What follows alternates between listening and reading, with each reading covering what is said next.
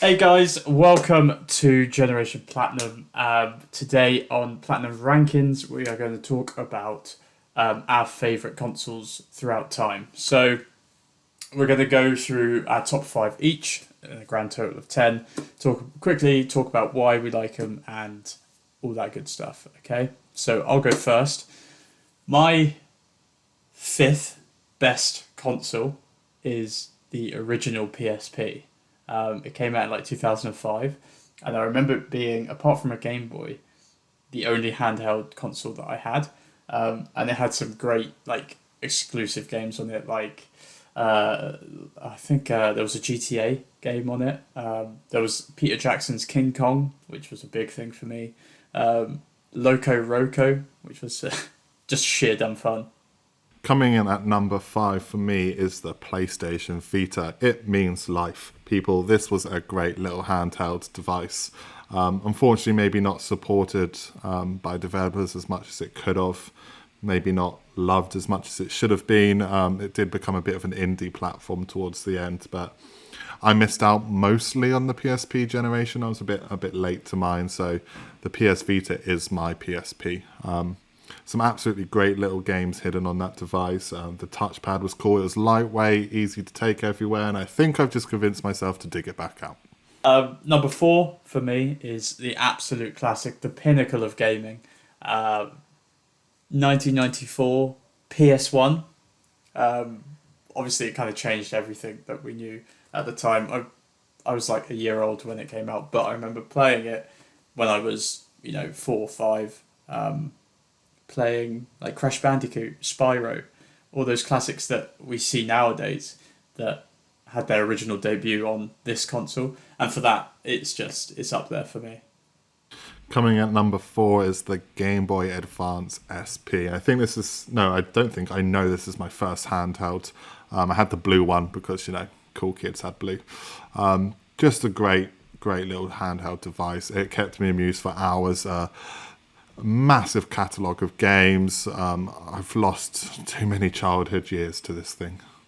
Number three, coming in hot, is the GameCube.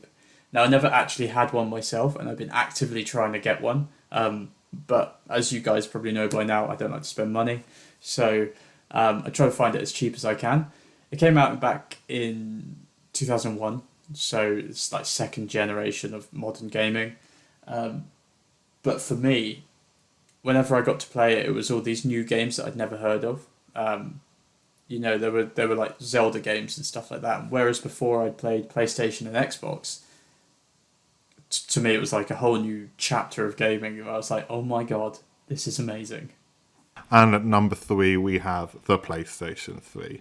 Now, a bit of a chunky machine, a bit pricey when it first came out, but for me growing up, that's where a lot of childhood memory games are for me. If you think about PS3 games, a lot of those iconic franchises, whether it be Uncharted, Last of Us, they all got their start on the PlayStation 3. And while the PS4 has some fantastic games and is probably a better device from a technical point, the PS3 has the more memories. It has the more iconic game franchises. Without this console, a lot of our franchises just don't exist.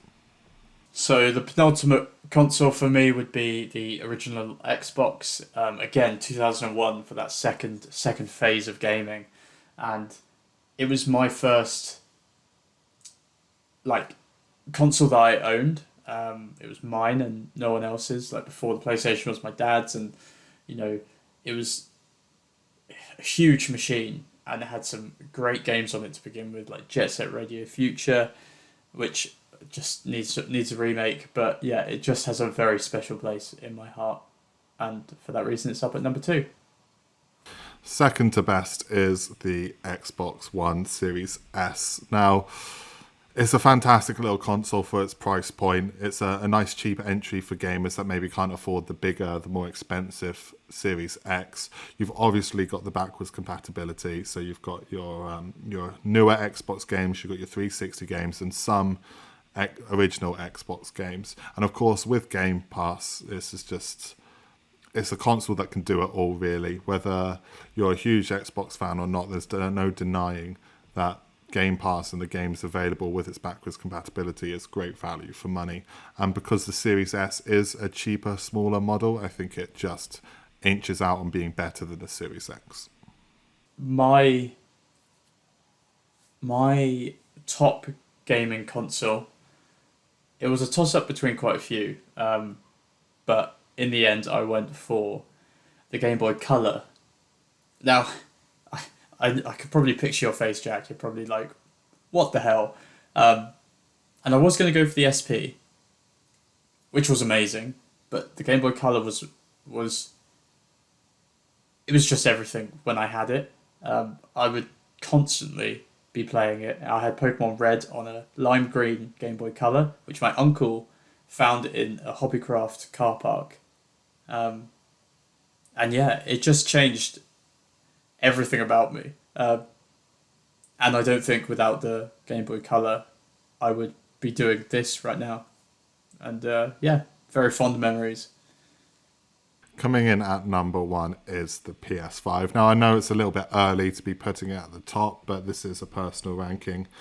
Similar to my number 2, PlayStation 5 obviously has a big element of it being backwards compatibility, whether that be the PS4, the PS3, and some occasional PS2 or PS1 games. It's obviously a very powerful device. But for me, what really sells it is the controllers. They've really changed gaming for me. I think those adaptive triggers and the vibrations that this new controller is able to do really immerses you into a game like no other console has been able to so far. So that's why it's my number 1. Nice. It's strange that you've gone for more like modern consoles, and I've gone for the retro kind of selection. Yeah, I feel kind of bad for not putting PS2 on here somewhere when I really like. It would be one of my favourites. Is it one of the better ones? I mean, ultimately, it's doesn't do anything too special. I don't know. I feel bad for having this entire list, and then this changed at some point because at one point the Wii was on it, and it wouldn't be one of my favourites, far from it. But you can't deny what a breakout star the Wii was back in the day. So I don't know. Oh yeah, no, alongside like PS5, PS4, and like the Wii is up there for me, but it just didn't quite. It would be in the top 10. Those three, like top 10 would be a completely different list. But yeah, the Wii was amazing when it came out. Red Steel. Did you ever play Red Steel? No. It's like a game with a gun and a sword. It was very cool. Anyway. No worries. Well, that's our top 10 list. I'm sure lots of people will complain and say we're wrong, but hey, that's part of the fun. So like, comment, subscribe, say what your favourite, least favourite is, why I'm wrong, why Mark's wrong, and all that other shit YouTubers say to annoy you. Until next time. Bye. See you later, guys. Bye.